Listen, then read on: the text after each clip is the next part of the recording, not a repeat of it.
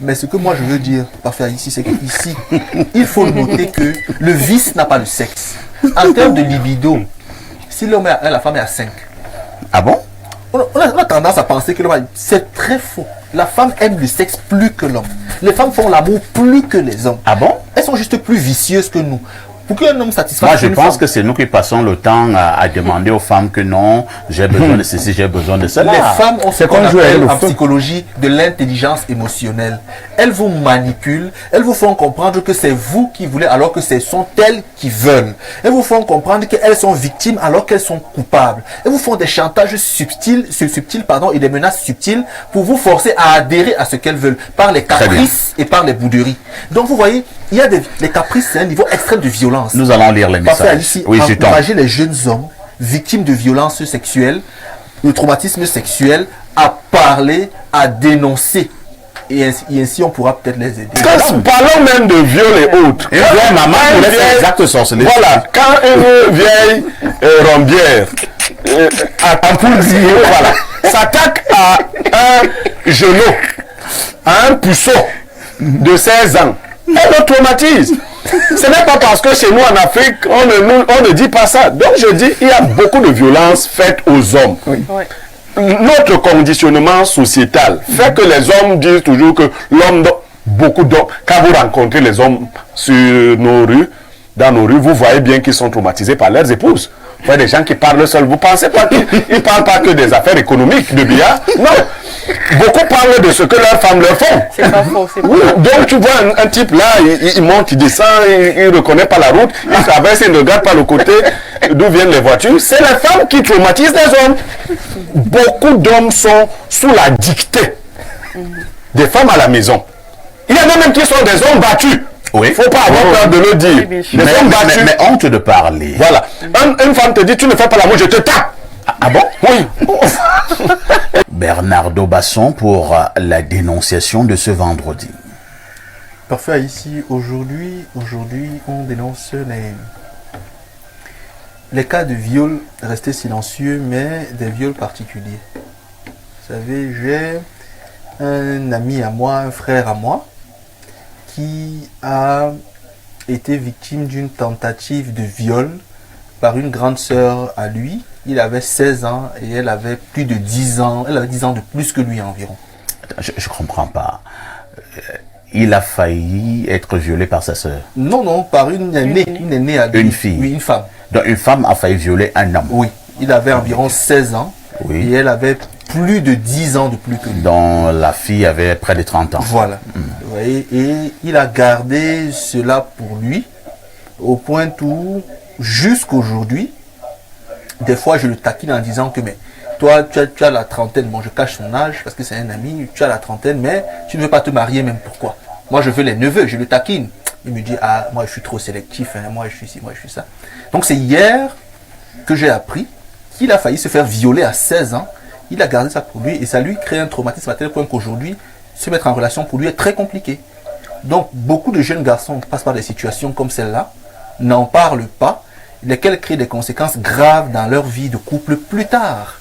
Donc j'ai souhaité que ce matin, des mineurs en parlent afin de faire comprendre qu'il n'y a pas que les femmes qui sont victimes d'abus, de viols, il y a également des hommes et qu'on devrait condamner tous les viols et éventuellement inciter ces jeunes garçons à s'exprimer pour qu'on leur apporte des solutions. Parce qu'il a failli être violé à l'âge de 16 ans, voilà pourquoi depuis là, il a du mal à être avec une femme. Bon, il a eu des relations entre temps, mais il a beaucoup de mal à se poser en fait. Donc il a subi un traumatisme. Oui, tout à fait. En fait, c'est le cas. On passe la parole à Pierre Blériot. Pierre Blériot, nous avons un cas où un jeune homme a dit avoir été, a failli être violé par une dame. Pour l'instant, le jeune homme dit qu'il est traumatisé. Est-ce que ce jeune homme n'exagère pas aussi un peu? Il avait 16 ans à cette époque, il est maintenant à la trentaine. Est-ce que cela peut expliquer le fait qu'il ne puisse pas se marier? Ou maintenant, depuis cette époque, dès qu'il voit une femme, il pense que la femme va encore la violer, il veut seulement fuir? Ok. La plupart d'hommes en Afrique sont des prédateurs sexuels. Ah bon? La plupart d'hommes en Afrique sont des prédateurs. Et ils s'imaginent que tous les hommes sont des prédateurs sexuels. Il y en a qui ne sont pas de prédateurs sexuels. Et ceux qui ne sont pas des prédateurs sexuels sont très rétifs lorsque on veut les amener à faire ce qu'ils ne veulent pas. La juriste qui parlait a enlevé sa casquette de juriste quand il fallait analyser la question. Une fois qu'on peut démontrer qu'il y a une autorité qui vous permet d'agir sur l'autre, vous pouvez le contraindre. Vous voyez? Et beaucoup d'enfants garçons sont violés dans les maisons. Ah bon? Par les ménagères, par les membres de la famille. Oui, des abus sont faits sur les enfants garçons. Sous la contrainte. Si c'est la tata là qui donne la nourriture, qui fait la nourriture, elle te dit, viens, si tu ne montes pas ici, tu n'auras pas la nourriture. Il y a d'abord la naïveté. Ben, j'ai fait cas de cela. Non, je veux dire que ce jeune homme a donc bel et bien pu être violé ou subir une tentative de viol.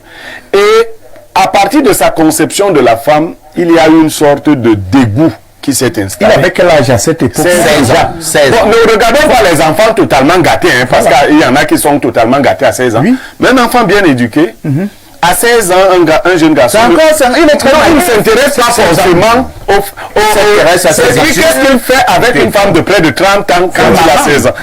C'est sa grand-mère. On peut comprendre son état d'esprit. Oui, parce qu'en général, on va comprendre le traumatisme. Parce que parlons même de viol et autres. Voilà, quand une vieille rombière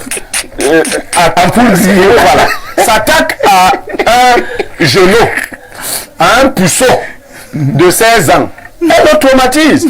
Ce n'est pas parce que chez nous en Afrique, on ne dit pas ça. Donc je dis, il y a beaucoup de violences faites aux hommes. Oui. Notre conditionnement sociétal fait que les hommes disent toujours que l'homme, beaucoup d'hommes, quand vous rencontrez les hommes sur nos rues, dans nos rues, vous voyez bien qu'ils sont traumatisés par leurs épouses. Vous voyez des gens qui parlent seuls. Vous pensez pas qu'ils ne parlent pas que des affaires économiques, de billard? Non. Beaucoup parlent de ce que leurs femmes leur font. C'est pas faux, c'est pas faux. Donc tu vois un type là, il monte, il descend, il ne reconnaît pas la route, il traverse, il ne regarde pas le côté d'où viennent les voitures. C'est les femmes qui traumatisent les hommes. Beaucoup d'hommes sont sous la dictée des femmes à la maison. Il y en a même qui sont des hommes battus. Oui. Il ne faut pas avoir peur de le dire. Mais honte de parler. Voilà. Une femme te dit, tu ne fais pas l'amour, je te tape. Ah bon? Oui. Et il dit, je vais faire. Alors, voici les médicaments, bois. Il y en a qui donnent même les Viagra. Bois. Voilà. Si tu ne peux pas te lever, tu vas te lever. Incroyable. Voilà. Je vais te fabriquer.